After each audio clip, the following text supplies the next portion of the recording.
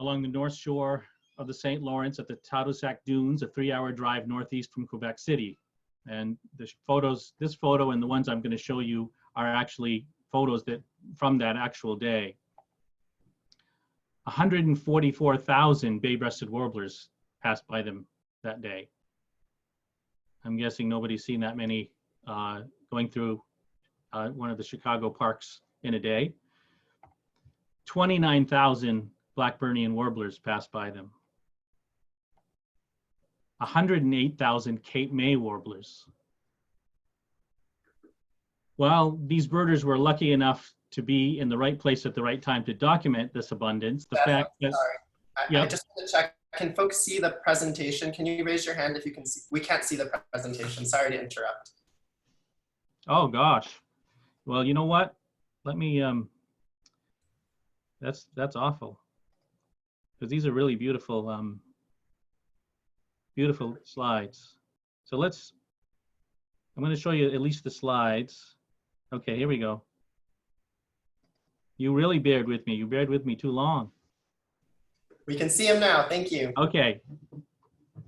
So I'm not gonna say all that I said before, but these are the pictures from that day. This is one of the 144,000 bay-breasted warblers that passed by them. One of the 29,000 Blackburnian warblers that they counted going by them. One of the 108,000 Cape May warblers that passed by them. And while, like I said, they were lucky enough to be in the right place at the right time to see 700,000 warblers, the fact that it was even possible was because these birds are able to have a nesting place called the Boreal Forest, a place that we like to call the North America's bird nursery, as we saw in the beginning. The Earth's forests have really greatly changed, of course, since pre-industrial times, and there are now only a few places on the planet that have forests that don't bear any signs of the human industrial footprint. The Boreal Forest of North America is one of these. These are the 5 areas of the globe that have the largest intact forest systems left, and you can see, you know, the Amazon, one of the ones is more well known, a little bit of the Congo Basin in Africa, some areas over in Malaysia, and then the Siberian Boreal, and then of course our North American Boreal. About 25% of the world's still intact forests are found in the Boreal Forest. It extends from interior Alaska, as you can see in this map, all the way across Canada, sandwiched in between the prairies and the Arctic in the west, and then all the way over into the east to Newfoundland and Labrador. It's an area of about 1.5 billion acres. The Boreal has many globally significant features. It has the most surface freshwater of anywhere on Earth. It can claim 4 of the world's 10 largest lakes. Something you guys can appreciate being on some of the other big lakes of the world. But it's hard to believe there are lakes up there that are, you know, like the Great Lakes, but are, you know, virtually untouched. One of them that only has a single community of 600 people on that entire lake. The Boreal is one of the largest land-based storage banks for carbon on the planet, and its forests and peatlands are continuing to sequester carbon. And while large mammals and their predators are gone from so many parts of the world, the Boreal Forest still supports strong populations of caribou, moose, wood bison, wolverines, and grizzly bears, actually black bears, and even the southernmost population of polar bears along the Hudson Bay, James Bay coast. And while we might think of the last great mammal migrations to be those of Africa, some of the largest migrations left on Earth are actually taking place in the Boreal Forest. These are the migrations of the caribou herds that go from the tundra into the Boreal Forest in winter, sometimes, you know, over 500 to 1,000 miles round trip. Just huge migrations. Fish migrations too from the sea into spawning grounds take place in the boreal. And that's also because the boreal forest is one of the only places left in North America with a significant number of completely undammed rivers. So these fish have free access to go, you know, hundreds, sometimes in a couple of cases, you know, 1,000 miles or more up a river to spawning grounds. I just saw a neighbor's cat outside. We keep our cats inside. That's one problem when you're doing this in your kitchen. And normally I'd run out and scare it away, but I can't right now. Anyway, speaking of birds and bird killers in that case, but then of course there are the birds of the boreal forest, what we're here to talk about. And the massive size and just the sheer intactness of the boreal means that it supports a similarly massive number of birds, an estimated 1 to 3 billion nesting birds of nearly 400 species, and including not just warblers and other songbirds, but also shorebirds, ducks, grebes, loons, owls, hawks, and many others. And when you add the young of the year to that total at the end of the year in the fall, that means 3 to 5 billion birds spill out of the boreal forest to migrate south to the wintering grounds across the hemisphere. If you just do like a back of the envelope calculation in the fall from, let's say, July through November, when most of the migration happens, that means something like 30 to 50 million birds a night have to pass over the border as they're heading south. Of course, most of the birds of the boreal forest leave it because it is a cold spot.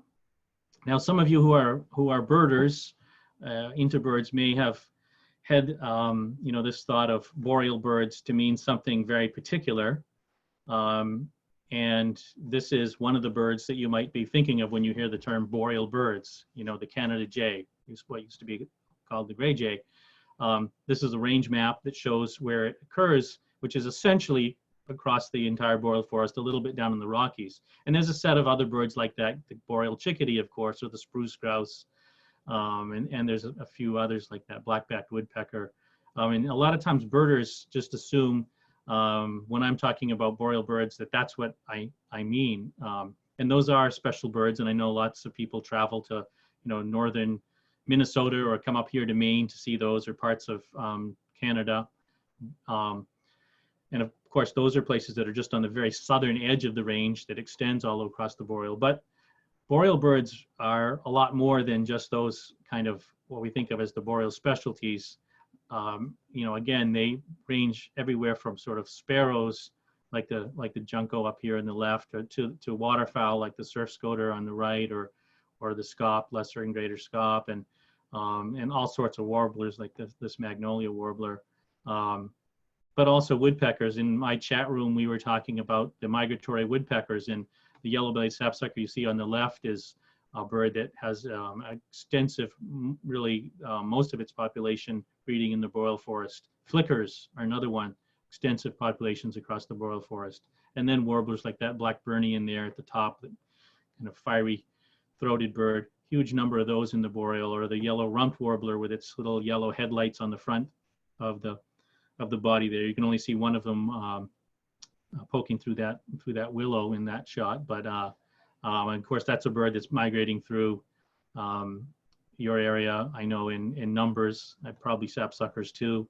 But it also includes things like shorebirds, you know, lesser yellow legs, like and greater yellow legs. This is a lesser here in this picture. Their breeding range is almost entirely confined to the boreal forest, as is the short-billed dowitcher you see down here in the bottom right. So just lots of different birds. It's not just those Canada jays and black-backed woodpeckers and boreal chickadees. It's a whole host of birds. And as I said earlier, 1 to 3 billion birds that are actually nesting there and are now flooding through right now through the U.S. and including through the Chicago area, and including nearly 100 species that have half or more of their total range, total population breeding just within the boreal forest. There's a few species that have almost their entire breeding population confined. There are about 33 bird species, and these are some of them here. You know, you can see these are a number of these are birds that either migrating now or will be migrating through the Chicago area. I know white-throated sparrows, from what I've seen on eBird, are in abundance right now in the Chicago area. And some of these are, because of the size and intactness of the boreal, these are some of the birds that are among the more abundant species that we just expect to see, everywhere in migration. And we don't really think about why that is. It's because, of course, the boreal forest provides that habitat. Birds like the white-throated sparrow. I'll play a little of its song here, if this works. A beautiful "Oh Sweet Canada, Canada, Canada." That's what they say in Canada, of course. I know about old Sam Peabody, Peabody, Peabody, for those who prefer that mnemonic. But since we're talking about Canada in particular, and it sounds like you have droves of those passing through Chicago right now. It's the Chicago area headed north to those boreal breeding grounds. And this is a little map I took out of eBird, just showing how that massive movement of white-throated sparrows happens as they move up to the boreal forest breeding grounds, and then eventually south again in migration. Dark-eyed juncos are one of the birds that are found in more backyards than just about any other. I know it used to be the bird, one of the top 10 for the Great Backyard Bird Count. And the reason that that's possible is because the boreal forest provides this huge amount of habitat that allows a huge population to be there and have them come down and be one of the birds that we so enjoy in the winter months in many places. Of course, the ruby-crowned kinglet, another one that has the bulk of its breeding population in the boreal. And I know I think Doug Stotts reported seeing a ruby-crowned kinglet in his backyard in the last day or two. So and probably lots of other people are seeing those, but another bird that is so reliant on the boreal forest. So many of these birds we're discovering have these incredible connections to other parts of the world. The new research with a lot of different birds, but in this case with the black-billed warbler, which breeds almost entirely within the boreal forest, has shown their amazing movements in the fall, where they go from west to east before heading south across the Atlantic Ocean to get to their northern South American breeding grounds. And in fact, of course, if you look at the breeding birds of Ontario, which are largely boreal birds, these are maps showing the locations of the wintering areas where there are higher concentrations of the species that breed in the boreal forest of Ontario. And you can see how important the Caribbean and Central America and South America are as wintering grounds for these birds. Really important hemispheric connections. And so many of these birds, we don't even fully understand what their roles are when they come down. They may be one of the most abundant birds that show up in some of these places and have important roles in moving, in frugivory, moving fruits around, or in pollination, and all sorts of ecological roles that we still don't even understand. But unfortunately, even though it is still one of the most intact areas on the planet, it's also seen as one of the last frontiers for natural resource extraction industries. And less than 12% of the boreal is currently protected. And the pressures are mounting from, all sorts, whether it's logging for, that toilet paper and paper towels that everybody was clamoring for at the beginning of this pandemic, to oil and gas, to mines, to large hydro, and all sorts of other kinds of things. And in fact, if you look at a few of the birds, there's an interesting overlap between where the most disturbance has already occurred in the boreal forest. In this case, this is a map showing the range of the evening grosbeak within the boreal forest. It's actually more of a southern boreal specialist, and that's the orange in this slide. And then the red is kind of the disturbance, all the places where there's roads and forestry and mines and pipelines and things like that, which are in the southern part of the boreal forest region. And you can see a major overlap. And you know, this is one of the species that has shown some major declines.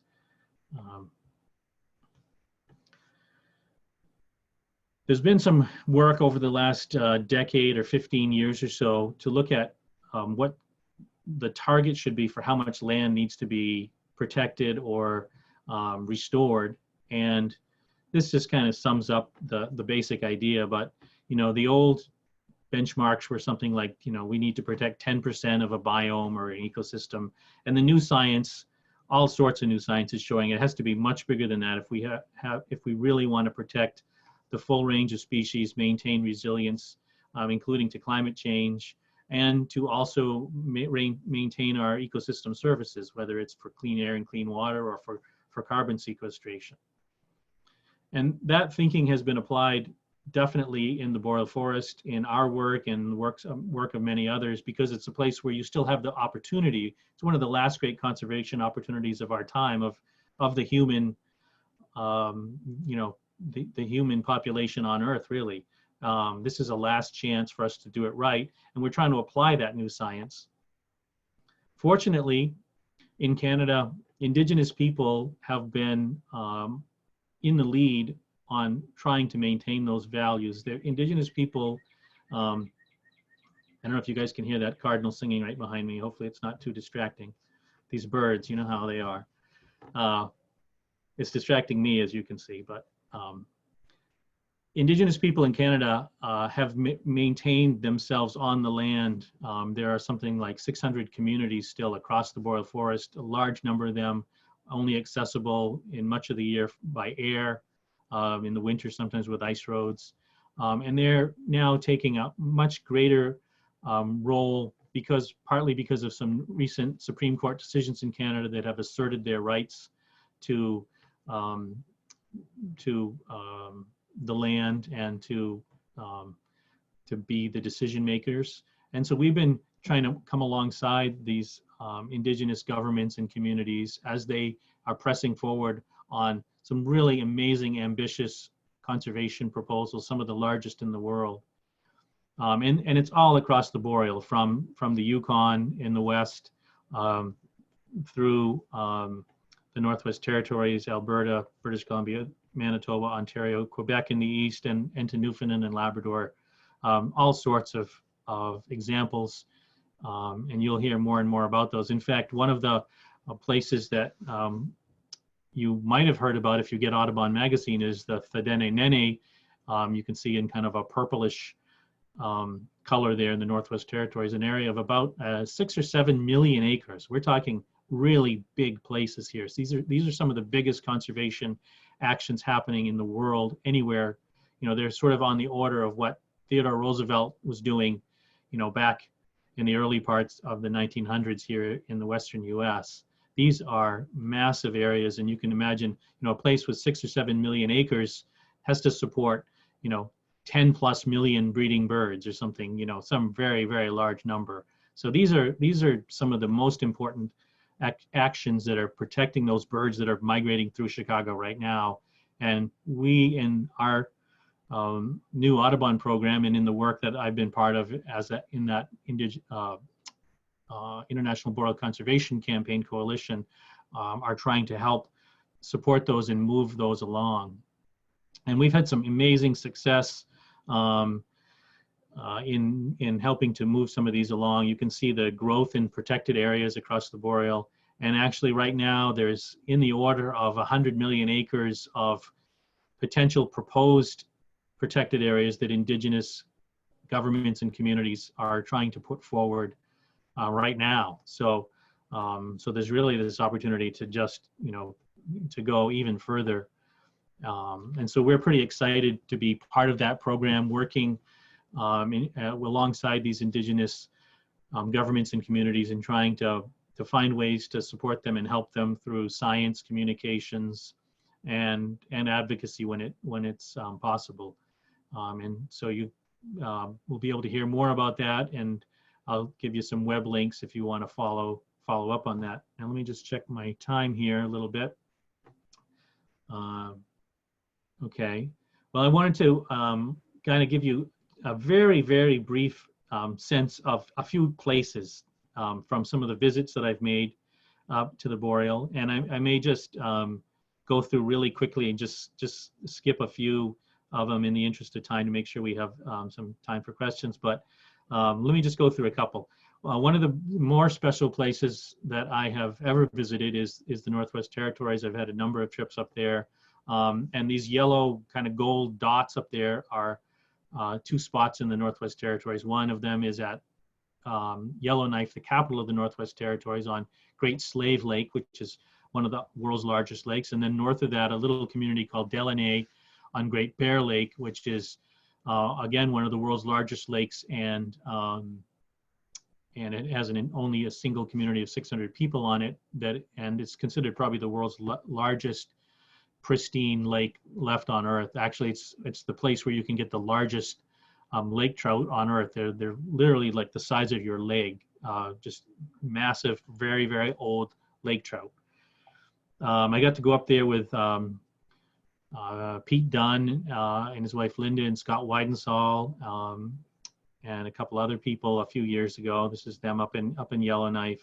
You know, you're in a really different place when you land at the airport, and and this is what you see for a display by where you pick up your luggage. Beautiful landscape. It's actually a place very easy to fly up and bird right from Yellowknife, if any of you ever want to try that, with all kinds of cool northern birds that pass through. Right now, actually, right now it's, of course, they're just getting their first migrants, but they're having a lot of great gray owls up there that people are seeing from just outside of town, while there's still some flocks of ptarmigan around, and things like that just crazy stuff. From there, if you want to go to some of the other communities, you have to get in these little planes like this. This was a trip we took up to that place I mentioned, Delaney, and they have a saying up there that they say that in the Northwest Territories, there's miles and miles of miles and miles. If you could get that, the idea is just like this vast landscape. And this was like the first place on Earth I'd ever been where we flew for an hour and a half, and I did not see any signs of humans. There's only a few places left in the entire Earth where that's possible. And we were flying along, and it just suddenly dawned on me. And as we're flying, there's just literally thousands and thousands of these lakes and ponds. And in fact, Pete Dunn was, when we went up there, was actually trying to do a transect count to see if he could figure out how many lakes and ponds there were and how many loons there would be, if you figured there was, at least one pair on every lake. And he came up with some astronomical number. I can't quite remember. And then we got near Great Bear Lake, and the idea of how big it is just doesn't sink in until you start to get near. You're getting out to this amazing, beautiful lake, and then suddenly you get to one point and look out from the air, and you can't see land, from an airplane, up high. That's how big the lake is. Suddenly it just dawns on you, this is a really, really big lake. And then you come in for the landing, and you realize from here, hundreds and hundreds of miles to the Arctic, there are no communities, no roads, nothing there, and this is the little community of Delaney. And this is kind of a map showing Delaney on this lake. There's a few hunting and fishing lodges, commercial hunting and fishing lodges, but there's no other community on this amazing place. And actually, this community right now is working on a new protected area of something in the range of 20 million acres. That's almost the size of the entire state of Maine that they're working on right now. And just beautiful place. We saw this amazing migration of thousands of birds in August when we were there, coming along the lake shore. Sort of like what you get in a place like Chicago. The birds funneling along, but in a remote place where with 600 people, and we had a Jaeger fly in, at our feet, standing in that location there, chasing a phalarope or something, and there were Pacific loons on the lakes, and just all sorts of sparrows and birds. Just a beautiful, beautiful spot.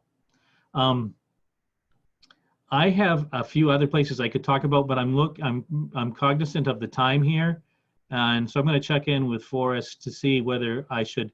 I have my little set of places, like this little trips, if you will, set up in such a way that I can stop at any time and do more or less. But I'm sort of thinking maybe I should just stop here as one example and just take some questions while we still have some time. I have a request from the chat, and I'm going to second it as our guest of honor. Let's keep going for another 5 minutes, and we'll save the last 10 for questions. We're here to hear you, and we're excited by what you're sharing. Okay, then I will keep going. So let's switch to the other side of the country. This is an area that I got to visit, a very special place in northern Quebec along the George River, where that big star is. And it's called Mushwanipi in the Innu language. The Innu are different from the Inuit. They're a First Nation people who are primarily in Quebec and parts of Labrador. And there's a group that puts it on a gathering along this place called Mushwanipi, which it's also called Indian House Lake in the George River. It's a place where the caribou used to cross, and so for thousands of years the Innu would camp there in the fall and harvest caribou. And so they have every August usually a gathering to stay in teepees and tents and spend some time discussing between indigenous people and Westerners, other people who come together to talk about different issues. For me to get there, I had to end up flying in a float plane from Quebec City, about 5 hours, and we had to stop several times to refuel. It was quite a journey, and actually it was one of those puffy cloud days, so I was feeling pretty airsick by the time we got there. But you fly over this landscape where you can still see these ancient caribou trails, and just this this beautiful different colored greens and waterways. This is actually the encampment where we stayed from a distance, just to give you a sense of the landscape. Just beautiful plants and wildlife. We had black bears around us, and there's still remnants of where the caribou were harvested and the antlers there. And there were lots of interesting birds. This is a young gray-cheeked thrush that was hanging around the camp, just would sort of hop around, and pipits and Lincoln sparrows and American tree sparrows and redpolls, and we had a golden eagle flying around at one point. That's an area where they breed, not far from there. So just really beautiful northern birds. I'll see if I can do one other quick spot. This is right in the middle of the country in Manitoba. A few years ago, I took a group of Audubon, Pennsylvania kind of board members on a trip, an annual trip they do every year. And we stopped at a number of places. I'm just showing you two. One is Churchill, the famous polar bear capital of the world, up in the north on Hudson Bay. And then another place we didn't stop there, but it's called Pamachwiniki, and it's that means land that gives life. It's a place that 5 indigenous communities have protected millions of acres of land there. And this is a Churchill, just a couple of pictures from there. I saw belugas here and Jaegers flying around and ptarmigan and Harris's sparrows, and I mean, you name it. It's just a birding paradise. Even stopped at the famous marsh that had the Ross's gull nesting there that years ago many people flew up there to try to see. Down to the south here is that place I mentioned, Pamachwiniki, on the shores of Lake Winnipeg. Another beautiful spot, just full of birds, bay-breasted warblers and Cape May warblers when I was there. There's I guess I have a little bit of Canada warblers too. This is a little bit of some sound, if you can hear it, that from recordings up in that area. Just a beautiful spot. And like I say, the indigenous people are stewarding that land. They've protected literally millions of acres of land there. And I'll stop there. So we have a few minutes here for questions, and appreciate you listening and indulging me and some of my stories. Thank you so much, Jeff. I think we can all safely say that we're really appreciative of everything you've shared with us. And I want to turn it over a minute just before we go to questions to my fellow volunteer board member, Allison, to give a quick update from our advocacy task force, because we know we're part of a bigger system, and we also know that actions we have here can impact habitat as far north as the areas you've been talking about. So I want to turn it over to Allison. There is a major consumer component to protecting the boreal forest, and that has to do with the fact that many of our household tissue products, paper and facial tissues, paper towels, napkins, are made from virgin trees. And the Natural Resources Defense Council's recent report, the issue with tissue forest in Canada is being felled at an alarming rate of about acres every year, in part to satisfy demand for tissue that by some of our major brands, such as the Charmin Corporation. The simple solution is to refuse to flush the forest down the toilet by purchasing only tissue that's made of 100% recycled paper, and to encourage your office or school or workplace to do the same. And this is easy to find. It's available online and at grocers such as Trader Joe's and Whole Foods and Target. And the other thing is to just choose to use washable cloth cleaning rags and cloth napkins instead of virgin paper disposables. And with the current shortage of toilet paper, there's also been increasing interest and discussion in installing bidet hoses, which are used instead of toilet paper in a lot of other parts of the world. And those don't waste any paper at all and use only water. And so seeking out 100% recycled paper or tree-free paper also applies to office printing paper and school supplies. And more information and shopper's guides are online in the Issue with Tissue report, which I'll share. And if you're interested in working on other bird conservation issues that are market-based, join our consumer advocacy task force. Thank you. Thanks so much, Allison. And without further ado, we've got some great questions in the chat. I'm going to turn this over to my friend Radhika, and she's going to take us through the chat, and Jeff will look to you for the answers. Hi, everyone. Trying to capture some of the questions. I think that Allison was able to address some of them, but there were a couple of questions about global, about climate change and how climate change is impacting the boreal forests. Jeff? Okay, you don't have a specific, just a general question about that? That is the general question. Okay. Yeah. Are you seeing different species coming through in recent years? Oh, absolutely. Yeah. No, the boreal forest, I mean, northern areas we know in general are being hit much harder. They're warming faster than any other parts of the earth. And so, yeah, we're seeing just, I mean, a slew of changes.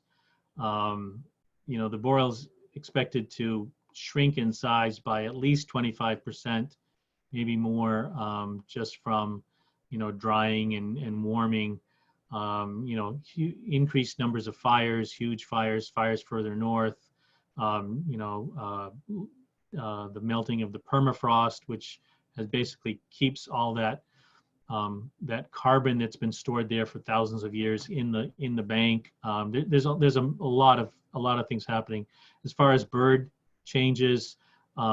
People are, there's so many birds that are moving further north, and actually I'm working right now with Audubon's Climate Watch team to see if we can start working with some of the indigenous communities who have what are called guardians programs, people who are the rangers on the land for these new protected areas, and also just community members who are interested, and start documenting the changes that they're seeing with birds, new birds, other changes that they're seeing. We're trying to set up an informal platform for elders and others who are seeing changes that they've noticed over, many, many decades. And also a more formal platform with the Audubon Climate Watch protocol, which people go out and count a particular species in a set of spots, usually in one morning.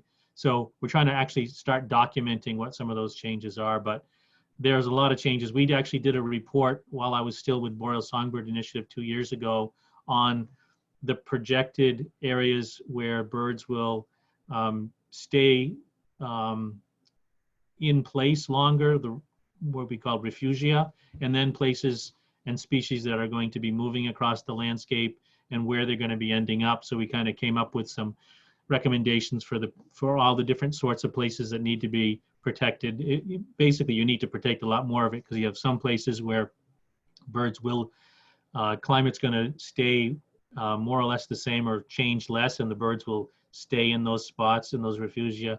Other places where the birds will be forced because of climate change to move across the landscape, so maintaining intact pathways for that movement. And then, the places that they're going to end up in the future, in those cases, need to be protected too. So lots of changes, lots of work going on, and some of the links that I'm showing on here, you can find some of these reports and other information about that. Thank you, and thank you for sharing this slide. There were a couple questions of what organizations you would recommend in terms of maybe making a donation or learning more about who's fighting back against the destruction through the different industries. So I think that slide takes care of that question. Just one more question on monitoring. What's the main source of data for monitoring in the boreal? Well, because it is so remote, we don't have the same kind of information that we have in the U.S. from eBird or even from breeding bird survey routes, which are kind of the standard way that we've monitored the land bird populations of the United States and southern Canada. These areas are roadless, so more and more we're starting to amass information from professionals who've been doing often like helicoptering out and putting people out on the landscape to do point counts, breeding bird atlases. Bird Studies Canada has helped coordinate with local or provincial or territorial organizations. There's a new technology, relatively new, automated recording units that some of the groups, in particular the Canadian Wildlife Service, has bought large numbers of these and put them out in the winter and leave them out over the winter and pick them up the next winter and use those to monitor a lot of these remote places. So a lot of different ways that we're doing that. We're excited about working with these Indigenous Guardians programs that are now popping up all across the country, where there'll be hundreds and hundreds of these people, eventually people who know the land really well, Indigenous people, and we're hoping that many of them will be interested in adding to their work when they're moving around these remote areas, some kind of bird monitoring.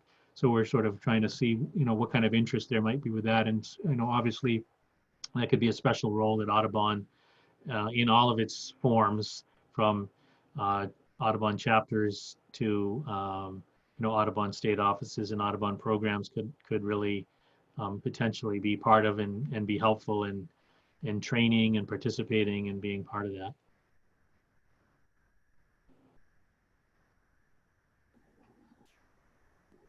Right, before, Thank you. You might have another question, but let me, one quick thing about these links here. I put up the current boreal conservation web pages that we have on Audubon as we're building out this program. One of the partners that we're working with, the Boreal Conservation, has a lot of content, and a lot of times my writings are put up on that site. The main group that we work with as part of our coalition on the Indigenous side, along with the communities, is something called the Indigenous Leadership Initiative. They have their own website with some really exciting videos. You should check them out on these Guardians programs. I mean, they're really, you'll be blown away by it, I think, if you see it. And then the Boreal Songbird Initiative, although is kind of in a wind down phase right now, the website's still active, and it's just packed full of all the work that me and others did there over the last 15 years, all sorts of reports and writings and background on this. And then if you're into some of the social media, we put the Twitter, I have a Twitter account, you can see there. There's also Boreal Conservation. One of the things that we love to encourage people to do, if you're in Twitter or Facebook, I think there's some other ones that I don't even know about out there, but is to, if you see something like on my Twitter account, if you connect with it and you see something I put out there about boreal birds or conservation, is, not just like it, but retweet it, so it amplifies the message. That's the way these things are helpful, is people taking them and pushing them out to their audience. And so we basically suddenly, it's like a megaphone where we've spread the word and we get more and more attention for this.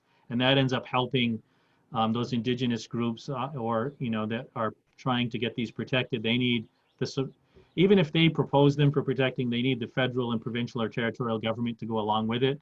And you can imagine that there's lots of industry who don't really want this to happen.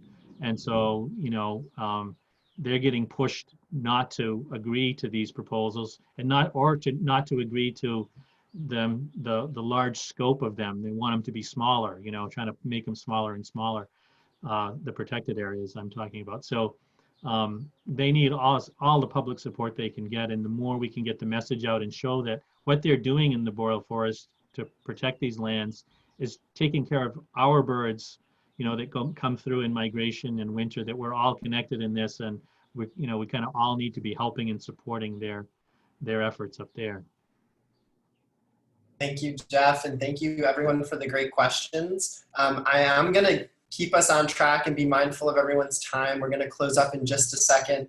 I just want to give one more big thank you to Jeff for his time, and for all of our fellow board members that helped pull this together. It was wonderful. And then most of all, for all of you for joining us while we flex our wings, if you'll forgive the pun, and get into this world of being more digital and still connecting with you guys. If you're not already doing so, please be sure to check out our Facebook page, Chicago Audubon Society, and then join us on Twitter and Instagram if you're on those platforms, at Chicago Audubon. Really easy to remember while you've got your phones and laptops out right now. We're going to have another session in this bird feed series. It's going to be with our friends at the North Park Village Nature Center in Chicago, and we're going to be talking about one of the best topics, John James Audubon and the birds of North Park Village Nature Center. So make sure to keep in touch with us. We'll be following up with a recording of the presentation today in case you missed something or you wanted to take a closer look at these links. And we've also saved the chat, so that way if we missed some of the questions, we're going to do our best to get some answers out to you guys. I know a couple questions popped up at the very end, but